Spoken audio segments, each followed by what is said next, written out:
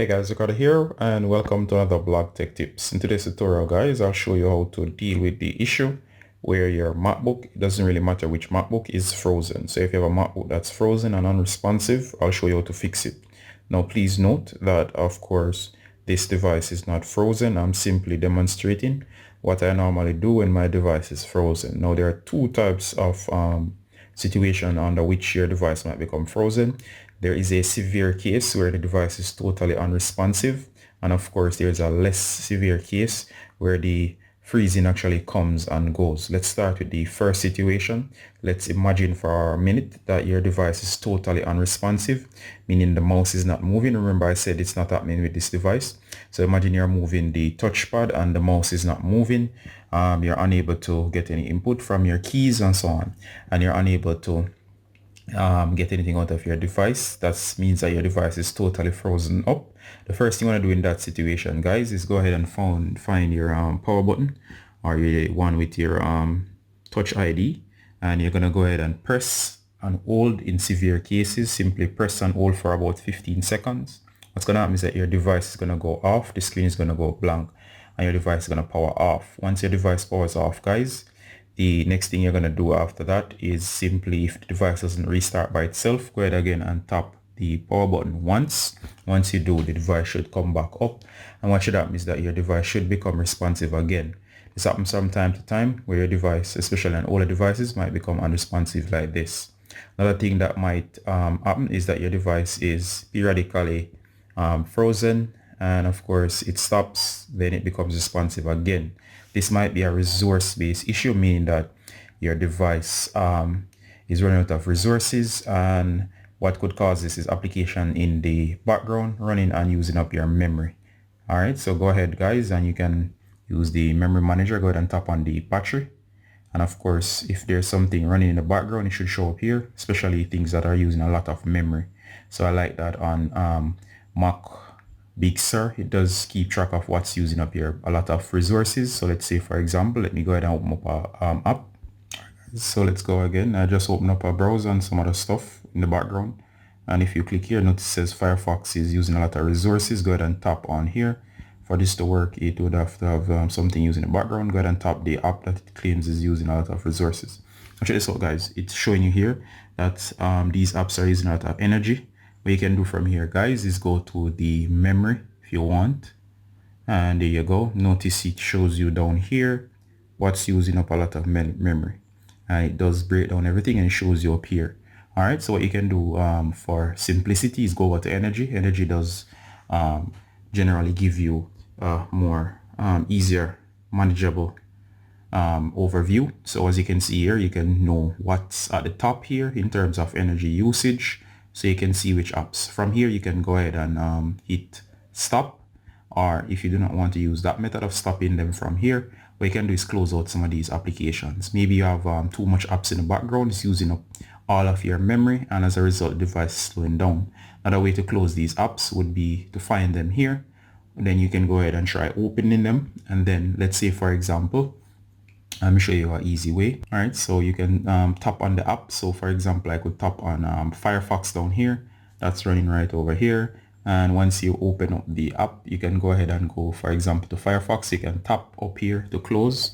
Once you tap on the app, any dominant app that's open will show up here. Then you hit quit that particular app. It applies to others as well. So for example, let's say another browser was open, a game or whatever it is. So for example, notice if I tap on, for example, Finder, or of course the other browser here, which is Safari, notice that Safari will appear up here. So all you gotta do is select and then tap here and then hit quit.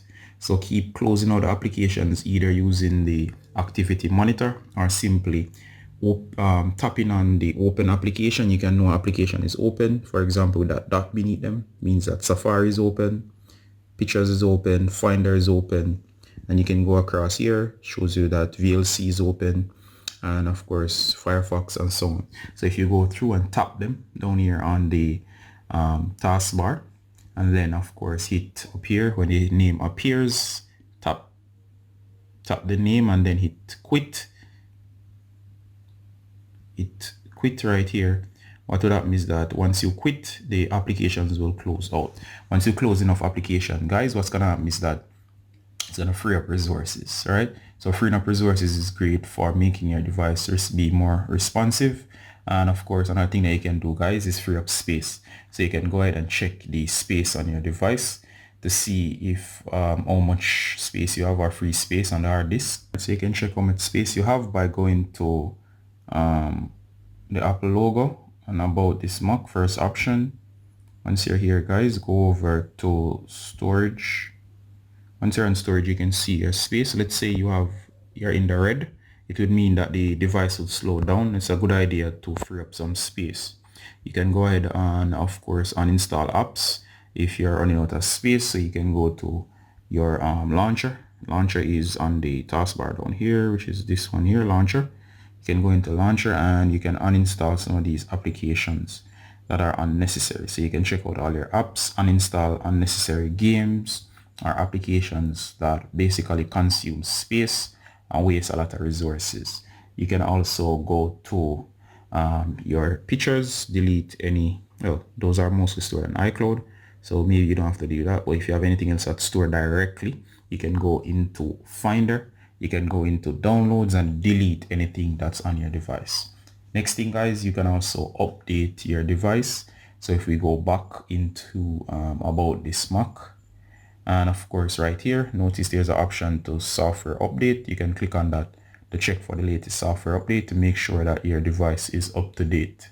If it's outdated, it might run slow, and that's another reason why you might be having that issue. You can update all your applications as well.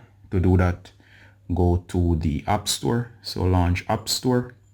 And what you're going to do from here is check for updates. So right where it says updates right there, you can go over, tap on updates and see if you have all the updates. Notice mine is up to date. Make sure all your apps are up to date. Also, watch out for specific applications that might cause your device to crash.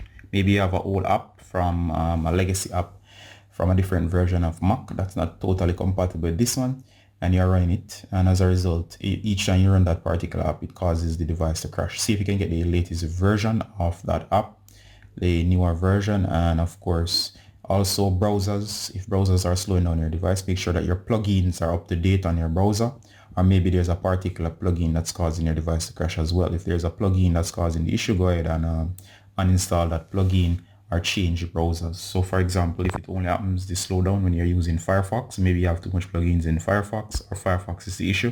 So you may want to strip your plugins and enable them one at a time to figure out which one is causing the crash or causing your device to freeze up.